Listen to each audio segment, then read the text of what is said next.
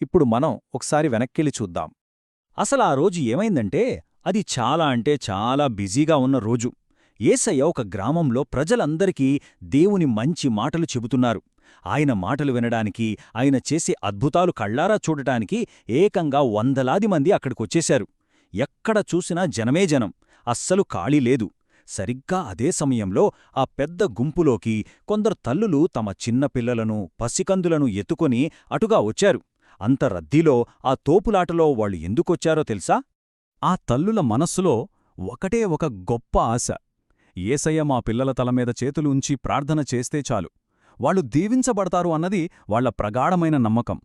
అందుకే తమ పసిపిల్లలను గుండెలకేసుకుని ఆ పెద్ద గుంపులో గోలగోలగా ఉన్న ఆ వాతావరణంలో ఎలాగైనా సరే యేసయ్య దగ్గరికి చేరుకోవాలని ఎంతో కష్టపడుతూ అడుగులు ముందుకు వేశారు. తమ పిల్లలకు యేసయ్య ఆశీర్వాదం దొరకాలి, అంతే, అంతకుమించి వాళ్ళకింకేమీ వద్దు.